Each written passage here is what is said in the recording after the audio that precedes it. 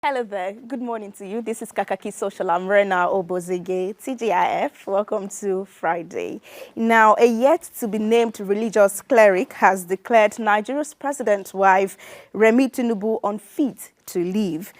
In a viral video that he was speaking, he says this is because she is an infidel for being a pastor who is married to a Muslim. Kuma ko arniya oga ce daga cikin arnas ita ma hukuncin da Allah ya ce a kashe ta don mi tana cikin shugabannin arna pasto haka Qur'ani ya magana jagorora na kahirci Allah ya ce a kashe su jama'a in an ce wance pasto ta me matsayin ta jagora in an ce liman me matsayin shi jagora to jagororin kahirci Allah ya ce a kashe su ba irin ahlul kitabin da Allah ya ce a aura bane ita mata Tinubu sannan kuna ganin wanda ya gagara musuluntar da ɗiyani da mata ta shekaru a ce kuma muslim ticket ne. All right, let's bring you in at this point. Senator Seyi Makinde, in reaction to this, says criticizing the government and its policies is within the ambit of democratic rights, but calling for the killing of Senator Remi Tinubu by the religious cleric is unacceptable and utterly condemnable. In reaction to that, Ebuka Onwafo says it's unacceptable and utterly condemnable. However, the security agencies need to invite that cleric and prosecute him with the evidence, fact, and proof at hand. Why are they silent after seeing the video? Also, Osilama says, exactly, this is a democratic system of government and everyone has freedom of worship. This questionable character shouldn't be swept under the carpet, and I believe this statement is threat to life and punishable by the law. It's better take its effect quickly. And finally, Uwa Fresh says, I'm sure someone has advised the president not to arrest the cleric in order not to annoy the people who own Nigeria. Well, I don't know who that will be, but then the vice chairman of Nigeria's Governors Forum, who doubles as the State Governor of Oyo, Seyi Makinde, has denied receiving 30 billion naira from the federal government to help his people through hardship. He was reacting to Senate President Akpabio's guess that every state got an extra allocation of 30 billion naira from national level to cushion the effect of the economy in their state. Senate President, number 3 citizen in this country, will say on verified report. People are looking at us as leaders. This is the period that we're supposed to give confidence to our people. It is not a period to start playing politics or to start looking for scapegoats. We need to engage with our people. If our policies are not working, we need to listen to them and amend. So if the number 3 citizen says, this is an unverified report, why does it need to say it then? Does that give confidence to our people, or does it solve the problem of hunger and anger in our land? Well, let me say it clearly. For your state and for most of my colleagues, there's nothing like 30 billion naira being given for food security to the state, and I stand to be challenged. All right, let's have some thought here. Daniel says the burden of proof lies on the one who alleges. Let Akpabio provide the evidence and the proof. The end game is to incite the citizens against the governors and shift the focus from the president, although, except for a few, the state governors are irresponsible. The Duke says everything about this government, now audio, palliative, student loans, CNG buses, name them. And for Adu, he says, so Governor Seyi Makinde get voice now. The ones he collected, what has he done with it? He continues to borrow money from White Elephant Project despite increasing FAC allocations. And final thought, this user says, check your email, Makinde. Maybe that's where he dropped it. I don't know.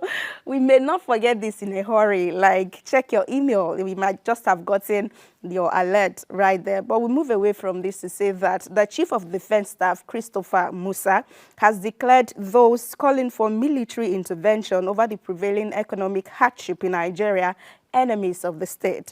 The CDS is certain that the law will catch up with such a people in a jiffy. He was speaking in Rivers State after inaugurating the main entrance of the 6th Division, Nigerian Army, and officers' transit accommodation at the division headquarters in Port Harcourt. And then he says that we all want democracy and we do better under democracy, and so we will continue to support democracy, and any of those ones that are calling for anything other than democracy are evil people, and I think they don't mean well for Nigeria, and they should be very careful because the law will come after them. Also, he says, and it is when you go through difficulties and come out better, you would really appreciate what it is to build a nation. And so we are going through our trying period, but I can assure Nigerians that it will get better. All we need is for all of us to put our hands together to ensure that we defeat those enemies of the government, those enemies of this country that don't want us to succeed. Let's see some thought. Flora says, I'm not surprised coming from the CDS that never said anything concerning the sexual harassment allegation by some senior officers of the Nigerian Army on junior rank officer. It will beat my imagination if he utters anything responsible about this administration. And also in reaction, Saudi Peng says, election riggers, snatch, grabbers, manipulators, one wins, another is declared winner are the lovers. But coup plotters are enemies, make it make sense. And Sonny Angel says, I've not heard anybody call for coup. Rather, we've been urging people protesting to face the consequences of their election choices, and it must last for 8 years.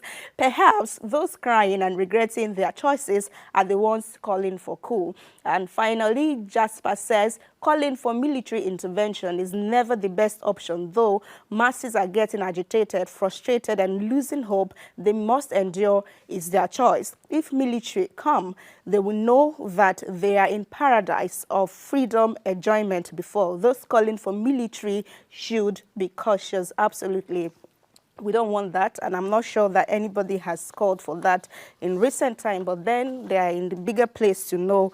Maybe they've gotten intelligence on that and they've raised an alarm that we need to be careful because the law will catch up with you. To our final story for the day, the federal government of Nigeria is looking at creating 2 million jobs in the creative industry by 2027. The Minister of Culture, Art and Creative Economy, Hannatu Musawa, disclosed this on Wednesday, stressing that the ministry would roll out a framework for financing the development of the sector. Well, let's read together what she said that has got netizens talking. She says, with the right funding mechanism, I think we can do so much to help Nigeria out of the doldrums by creating at least 2 million jobs from the creative sector value chain by 2027.